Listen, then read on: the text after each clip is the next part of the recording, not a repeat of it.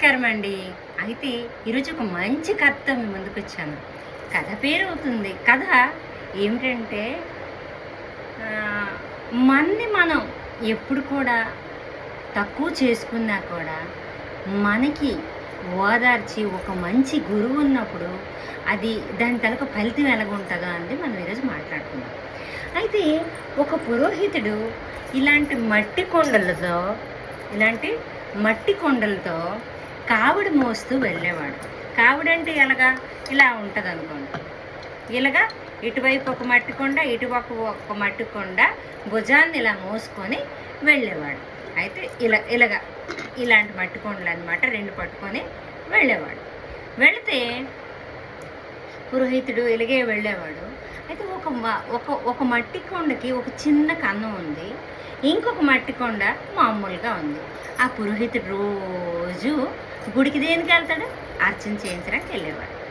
అర్చన చేయించడానికి వెళ్ళి ప్రతిరోజు ఇలాగే వెళ్తే ఇలాంటి కొండలో నీళ్ళు నిండా వెళ్ళేవి. యాక్చువల్లీ ఇక్కడ నాకు ఎగ్జాంపుల్ చూపించాలంటే రెండు ఉన్నాయి. ఈ మట్టి బాటిల్ కొంచెం చిమ్ముతుంది అనమాట, ఈ కొండ మాత్రం బాగానే ఉంది. అయితే ఇలాగే అనమాట. నేను మాత్రం నీళ్ళు ఇక్కడ వేయలేదు. ఇలాగా కావిడే అతను తీసుకొని వెళ్ళినప్పుడు ఇందులో నీరల్లో ఒకవైపు చిమ్ముతుంది, ఇందులో ఈ కొండలో నీరు మాత్రం శుభ్రంగా ఉంది. అయితే భగవంతుడికి ఇలా కొన్ని రోజులు గడుస్తుంటే ఈ చిమ్మిన కొండ అన్నదంట పంతులు గారికి, నేను చాలా బాధపడుతున్నానండి. ఆ కొండలో నీరు మొత్తం భగవంతుడి అర్చనకు అవుతుంది, కానీ ఇందులో నీరు మొత్తం భగవంతుడికి అర్చనకు అవ్వట్లేదండి. నేను చాలా బాధపడుతున్నానండి అని అన్నాడు. అయ్యో, నువ్వు అలాగానే. అయితే ఆ పురోహితుడు చేసిన పని ఏంటంటే ఎప్పుడు ఒకవైపు ఈ కొండ ఒకవైపే అంటే ఇక్కడికి ఉదాహరణకి కుడివైపు ఈ కొండ, ఎడమవైపు ఈ కొండ తీసుకొని వెళ్ళేవారు అనమాట. అలాగే తీసుకొని వెళ్ళేవాడు. అయితే అప్పుడు చెప్పారు నేను అది గమనించాను. నువ్వు కన్నం అయిపోయింది, నీ ఒక్క చిన్న కన్నం ఉందని గమనించాను, కానీ నిన్ను పారేయలేదు. నిన్ను ఎప్పుడు కూడా నేను నాతో పాటు తీసుకొనే వెళ్ళాను. అందుకే నీ కుడివైపు ఉన్నది కల్లా మంచి మొక్కల్ని నాటాను. ఇలాగ చాలా రోజులు జరిగిపోయిన తర్వాత చూడు, నేను నాటిన మొక్కలన్నీ పువ్వులు పూసాయి అని చెప్తే అందుకే నువ్వు బాధపడక, ఈ కొండలో నీళ్ళు ఉత్తి భగవంతుడికి అర్చనే అయ్యేవి. అదే అన్నాడు. ఈ కొండలో నీరు, ఈ కొండ అదే అన్నది అనమాట. ఆ కొండలో నీరు మొత్తం భగవంతుడికి అర్చనకి పనికొస్తున్నాయి, కానీ నాకు ఒక్క కన్నం ఉండడం వల్ల నేను ఈ నీళ్ళని అర్చన చేయించలేకపోతున్నాననే బాధపడితే, ఈ కొండలో నీళ్ళు పంతులు గారు, అప్పుడు గురువు గారు, ఆ పంతులు గారు చాలా చక్కగా సమాధానం చెప్పారు. ఈ కొండలో నీరు ఉత్తి దేనికి? అర్చనకి మాత్రమే పనికొచ్చాయి.